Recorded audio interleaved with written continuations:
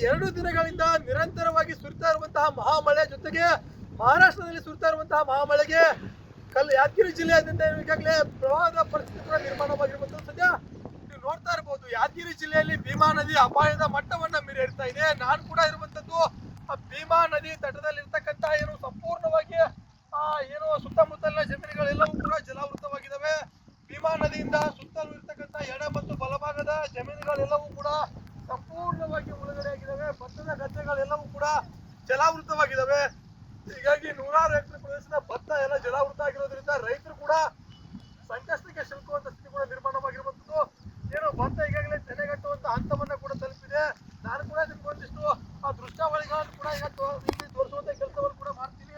ನೀವು ನೋಡ್ತಾ ಇರ್ಬೋದು ಯಾವ ರೀತಿ ಅಂದ್ರೆ ನೋಡಿ, ಈ ರೀತಿ ಭತ್ತಗಳು ಕೂಡ ಈಗಾಗಲೇ ತೆನೆಯನ್ನ ಕಟ್ತಾ ಇದಾವೆ. ಆದ್ರೆ ಭತ್ತಗಳು ತೆನೆ ಅಂತ ಕಟ್ಟುವಂತ ಸಂದರ್ಭದಲ್ಲಿ ಕಾಳು ಕೂಡ ಕಟ್ತಾ ಇದಾವೆ. ಆದ್ರೆ ಈ ಕಾಳು ಕಟ್ಟುವಂತ ಹಂತದಲ್ಲೇ ಕೂಡ ರೈತರ ಜಮೀನುಗಳಿಗೆ ಈ ರೀತಿಯಾಗಿ ನೀರು ನುಗ್ಗಿರೋದ್ರಿಂದ ಸಾಕಷ್ಟು ರೈತರು ಕೂಡ ಸಂಕಷ್ಟವನ್ನ ಸ್ಥಿತಿಯನ್ನು ಅನುಭವಿಸುವಂತ ಸ್ಥಿತಿ ಕೂಡ ಇಲ್ಲಿ ನಿರ್ಮಾಣವಾಗಿರುವಂತದ್ದು. ಇದು ಒಂದೇ ಅಂತಲ್ಲ, ಇಲ್ಲಿ ಸಾಕಷ್ಟು ಬೆಳೆಗಳಿದಾವೆ. ಎಲ್ಲವನ್ನು ನಾನು ನಿಮಗೆ ತೋರಿಸ್ತಾ ಹೋಗ್ತೀನಿ. ನೋಡ್ತಾ ಇರ್ಬೋದು ನೀವು, ಅಪಾರ ಪ್ರಮಾಣದ ಭತ್ತದ ಗದ್ದೆಗಳು ಕೂಡ ಈ ರೀತಿ ಜಲಾವೃತ ಆಗಿದ್ದಾವೆ. ಎಲ್ಲವೂ ಕೂಡ ಜಲಾವೃತ ಆಗಿರೋದ್ರಿಂದ ರೈತರು ಮತ್ತೊಮ್ಮೆ ಏನು ಸಾಲದ ಶೂಲಕ್ಕೆ ಸಿಲುಕುವಂತ ಸ್ಥಿತಿ ಕೂಡ ನಿರ್ಮಾಣವಾಗಿರುವಂತದ್ದು. ಯಾಕಂತಂದ್ರೆ ಭೀಮಾ ನದಿಯ ಪ್ರವಾಹ ಯಾವ ರೀತಿ ಇಲ್ಲಿ ಉದ್ಭವ ಆಗಿದೆ ಅಂತಂದ್ರೆ, ಸುಮಾರು ಜಿಲ್ಲೆಯ ಏನು ಭೀಮಾ ನದಿಯ ವ್ಯಾಪ್ತಿ ಎಷ್ಟಿದೆಯೋ ಆ ವ್ಯಾಪ್ತಿಯನ್ನ ಮೀರಿಕೊಂಡು ಭೀಮಾ ನದಿ ಬೋರ್ಗರಿತಾ ಇದ್ದಾಳೆ. ಹೀಗಾಗಿ ಹೈ ಅಲರ್ಟ್ ಅನ್ನು ಕೂಡ ಘೋಷಣೆ ಮಾಡಿರುವಂತದ್ದು. ಒಟ್ಟಾರೆ ಹೇಳ್ಬೇಕಂತಂದ್ರೆ ಭೀಮಾ ನದಿಯ ಬೋರ್ಗರಿತ ಹೆಚ್ಚಾಗಿರೋದ್ರಿಂದ ರೈತರು ಕೂಡ ಮತ್ತೊಂದು ಕಡೆ ಆತಂಕಕ್ಕೆ ಸುತ್ತಾಗಿದ್ದಾರೆ. ಯಾಕಂತಂದ್ರೆ ಈಗಾಗಲೇ ಸಾಕಷ್ಟು ಬೆಳೆ ಹಾನಿಯಾಗಿದ್ದಾವೆ. ಈಗ ಮತ್ತೊಂದಿಷ್ಟು ಬೆಳೆ ಬಂದಿರೋದ್ರಿಂದ ಅಳಿದುಳಿದ ಬೆಳೆಯೂ ಕೂಡ ಹಾಳಾಗಿ ರೈತರು ಮತ್ತೊಮ್ಮೆ ಕಂಗಾಲಾಗುವಂತ ಸ್ಥಿತಿ ಕೂಡ ಇಲ್ಲಿ ನಿರ್ಮಾಣವಾಗಿರುವಂತದ್ದು.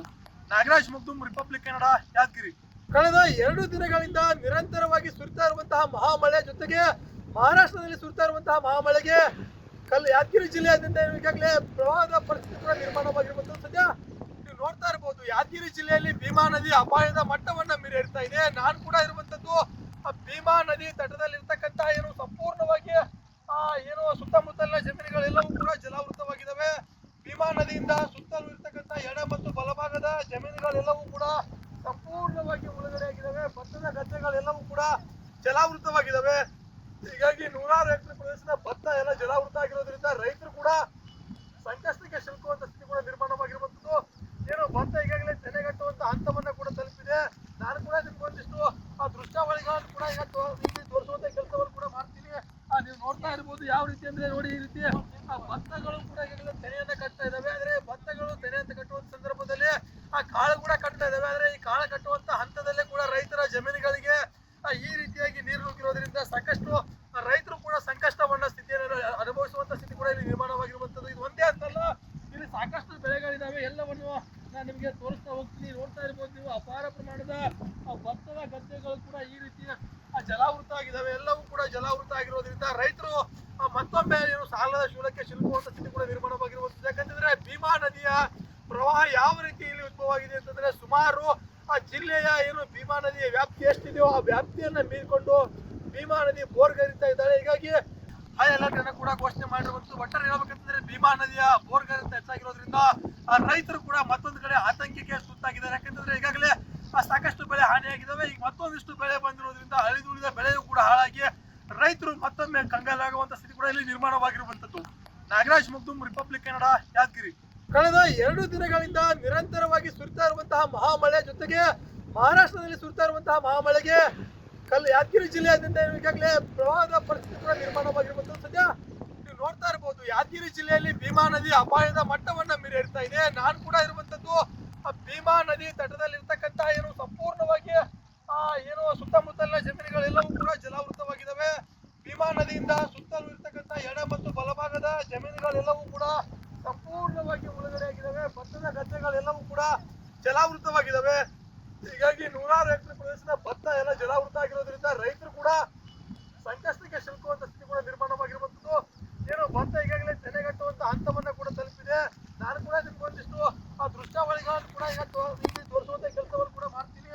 ನೀವು ನೋಡ್ತಾ ಇರ್ಬೋದು ಯಾವ ರೀತಿ ಅಂದ್ರೆ ನೋಡಿ, ಈ ರೀತಿ ಭತ್ತಗಳು ಕೂಡ ಈಗಾಗಲೇ ತೆನೆಯನ್ನ ಕಟ್ತಾ ಇದಾವೆ. ಆದ್ರೆ ಭತ್ತಗಳು ತೆನೆ ಅಂತ ಕಟ್ಟುವಂತ ಸಂದರ್ಭದಲ್ಲಿ ಕಾಳು ಕೂಡ ಕಟ್ತಾ ಇದಾವೆ. ಆದ್ರೆ ಈ ಕಾಳು ಕಟ್ಟುವಂತ ಹಂತದಲ್ಲೇ ಕೂಡ ರೈತರ ಜಮೀನುಗಳಿಗೆ ಈ ರೀತಿಯಾಗಿ ನೀರು ನುಗ್ಗಿರೋದ್ರಿಂದ ಸಾಕಷ್ಟು ರೈತರು ಕೂಡ ಸಂಕಷ್ಟವನ್ನ ಸ್ಥಿತಿಯನ್ನು ಅನುಭವಿಸುವಂತ ಸ್ಥಿತಿ ಕೂಡ ಇಲ್ಲಿ ನಿರ್ಮಾಣವಾಗಿರುವಂತದ್ದು. ಇದು ಒಂದೇ ಅಂತಲ್ಲ, ಇಲ್ಲಿ ಸಾಕಷ್ಟು ಬೆಳೆಗಳಿದಾವೆ. ಬೆಳೆಗಳಿದಾವೆ ಎಲ್ಲವನ್ನು ನಾನು ನಿಮಗೆ ತೋರಿಸ್ತಾ ಹೋಗ್ತೀನಿ. ನೋಡ್ತಾ ಇರ್ಬೋದು ನೀವು ಅಪಾರ ಪ್ರಮಾಣದ ಭತ್ತದ ಗದ್ದೆಗಳು ಕೂಡ ಈ ರೀತಿ ಜಲಾವೃತ ಆಗಿದ್ದಾವೆ. ಎಲ್ಲವೂ ಕೂಡ ಜಲಾವೃತ ಆಗಿರೋದ್ರಿಂದ ರೈತರು ಮತ್ತೊಮ್ಮೆ ಏನು ಸಾಲದ ಶೂಲಕ್ಕೆ ಸಿಲುಕುವಂತ ಸ್ಥಿತಿ ಕೂಡ ನಿರ್ಮಾಣವಾಗಿರುವಂಥದ್ದು. ಯಾಕಂತಂದ್ರೆ ಭೀಮಾ ನದಿಯ ಪ್ರವಾಹ ಯಾವ ರೀತಿ ಇಲ್ಲಿ ಉದ್ಭವ ಆಗಿದೆ ಅಂತಂದ್ರೆ ಸುಮಾರು ಆ ಜಿಲ್ಲೆಯ ಏನು ಭೀಮಾ ನದಿಯ ವ್ಯಾಪ್ತಿ ಎಷ್ಟಿದೆಯೋ ಆ ವ್ಯಾಪ್ತಿಯನ್ನ ಮೀರಿಕೊಂಡು ಭೀಮಾ ನದಿ ಬೋರ್ಗರಿತಾ ಇದ್ದಾಳೆ. ಹೀಗಾಗಿ ಹೈ ಅಲರ್ಟ್ ಅನ್ನು ಕೂಡ ಘೋಷಣೆ ಮಾಡಿರುವಂಥದ್ದು. ಒಟ್ಟಾರೆ ಹೇಳ್ಬೇಕಂತಂದ್ರೆ ಭೀಮಾ ನದಿಯ ಬೋರ್ಗರಿತ ಹೆಚ್ಚಾಗಿರೋದ್ರಿಂದ ರೈತರು ಕೂಡ ಮತ್ತೊಂದು ಕಡೆ ಆತಂಕಕ್ಕೆ ಸುತ್ತಾಗಿದ್ದಾರೆ. ಯಾಕಂತಂದ್ರೆ ಈಗಾಗಲೇ ಸಾಕಷ್ಟು ಬೆಳೆ ಹಾನಿಯಾಗಿದ್ದಾವೆ. ಈಗ ಮತ್ತೊಂದಿಷ್ಟು ಬೆಳೆ ಬಂದಿರೋದ್ರಿಂದ ಅಳಿದುಳಿದ ಬೆಳೆಯೂ ಕೂಡ ಹಾಳಾಗಿ ರೈತರು ಮತ್ತೊಮ್ಮೆ ಕಂಗಾಲಾಗುವಂತ ಸ್ಥಿತಿ ಕೂಡ ಇಲ್ಲಿ ನಿರ್ಮಾಣವಾಗಿರುವಂತದ್ದು. ನಾಗರಾಜ್ ಮುಗ್ದುಮ್, ರಿಪಬ್ಲಿಕ್ ಕನ್ನಡ, ಯಾದಗಿರಿ. ಕಳೆದ 2 ದಿನಗಳಿಂದ ನಿರಂತರವಾಗಿ ಸುರಿತಾ ಇರುವಂತಹ ಮಹಾಮಳೆ ಜೊತೆಗೆ ಮಹಾರಾಷ್ಟ್ರದಲ್ಲಿ ಸುರಿತಾ ಇರುವಂತಹ ಮಹಾಮಳೆಗೆ ಯಾದಗಿರಿ ಜಿಲ್ಲೆಯಾದ್ಯಂತ ಈಗಾಗಲೇ ಪ್ರವಾಹದ ಪರಿಸ್ಥಿತಿ ಕೂಡ ನಿರ್ಮಾಣವಾಗಿರುವಂತದ್ದು. ಸದ್ಯ ನೀವು ನೋಡ್ತಾ ಇರಬಹುದು ಯಾದಗಿರಿ ಜಿಲ್ಲೆಯಲ್ಲಿ ಭೀಮಾ ನದಿ ಅಪಾಯದ ಮಟ್ಟವನ್ನ ಮೀರಿರ್ತಾ ಇದೆ. ನಾನು ಕೂಡ ಇರುವಂತದ್ದು ಭೀಮಾ ನದಿ ತಟದಲ್ಲಿರ್ತಕ್ಕಂಥ ಏನು ಸಂಪೂರ್ಣವಾಗಿ ಏನು ಸುತ್ತಮುತ್ತಲಿನ ಜಮೀನುಗಳೆಲ್ಲವೂ ಕೂಡ ಜಲಾವೃತವಾಗಿದ್ದಾವೆ. ಭೀಮಾ ನದಿಯಿಂದ ಸುತ್ತಲೂ ಇರ್ತಕ್ಕಂಥ ಎಡ ಮತ್ತು ಬಲಭಾಗದ ಜಮೀನುಗಳೆಲ್ಲವೂ ಕೂಡ ಸಂಪೂರ್ಣವಾಗಿ ಮುಳುಗಡೆ ಆಗಿದ್ದಾವೆ. ಭತ್ತದ ಗದ್ದೆಗಳೆಲ್ಲವೂ ಕೂಡ ಜಲಾವೃತವಾಗಿದ್ದಾವೆ. ಹೀಗಾಗಿ ನೂರಾರು ಎಕರೆ ಪ್ರದೇಶದ ಭತ್ತ ಎಲ್ಲ ಜಲಾವೃತ ಆಗಿರೋದ್ರಿಂದ ರೈತರು ಕೂಡ ಸಂಕಷ್ಟಕ್ಕೆ ಸಿಲುಕುವಂತ ಸ್ಥಿತಿ ಕೂಡ ನಿರ್ಮಾಣವಾಗಿರುವಂತದ್ದು. ಏನು ಭತ್ತ ಈಗಾಗಲೇ ತೆನೆಗಟ್ಟುವಂತ ಹಂತವನ್ನ ಕೂಡ ತಲುಪಿದೆ. ನಾನು ಕೂಡ ನಿಮ್ಗೊಂದಿಷ್ಟು ದೃಶ್ಯಾವಳಿಗಳನ್ನು ಕೂಡ ಈಗ ತೋರಿಸುವಂತ ಕೆಲಸವನ್ನು ಕೂಡ ಮಾಡ್ತೀನಿ.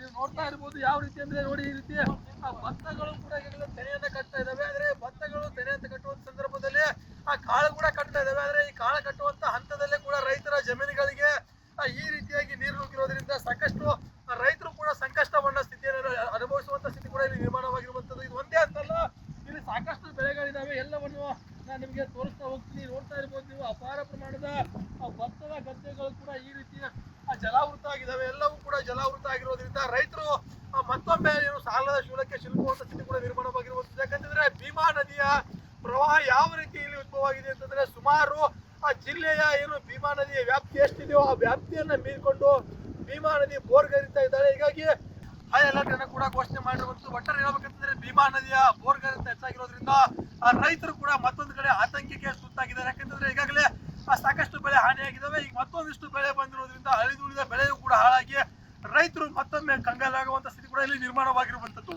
ನಾಗರಾಜ್ ಮುಗ್ದುಮ್, ರಿಪಬ್ಲಿಕ್ ಕನ್ನಡ, ಯಾದಗಿರಿ.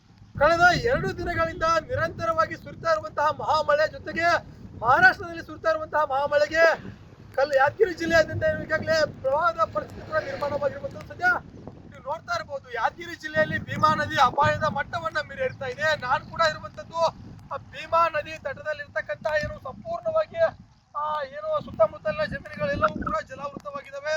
ಭೀಮಾ ನದಿಯಿಂದ ಸುತ್ತಲೂ ಇರ್ತಕ್ಕಂಥ ಎಡ ಮತ್ತು ಬಲಭಾಗದ ಜಮೀನುಗಳೆಲ್ಲವೂ ಕೂಡ ಸಂಪೂರ್ಣವಾಗಿ ಮುಳುಗಡೆ ಆಗಿದ್ದಾವೆ. ಭತ್ತದ ಗದ್ದೆಗಳೆಲ್ಲವೂ ಕೂಡ ಜಲಾವೃತವಾಗಿದ್ದಾವೆ. ಹೀಗಾಗಿ ನೂರಾರು ಎಕರೆ ಪ್ರದೇಶದ ಭತ್ತ ಎಲ್ಲ ಜಲಾವೃತ ಆಗಿರೋದ್ರಿಂದ ರೈತರು ಕೂಡ ಸಂಕಷ್ಟಕ್ಕೆ ಸಿಲುಕುವಂತ ಸ್ಥಿತಿ ಕೂಡ ನಿರ್ಮಾಣವಾಗಿರುವಂತದ್ದು. ಏನು ಭತ್ತ ಈಗಾಗಲೇ ತೆನೆಗಟ್ಟುವಂತ ಹಂತವನ್ನ ಕೂಡ ತಲುಪಿದೆ. ನಾನು ಕೂಡ ನಿಮ್ಗೊಂದಿಷ್ಟು ದೃಶ್ಯಾವಳಿಗಳನ್ನು ಕೂಡ ಈಗ ತೋರಿಸುವಂತ ಕೆಲಸವನ್ನು ಕೂಡ ಮಾಡ್ತೀನಿ.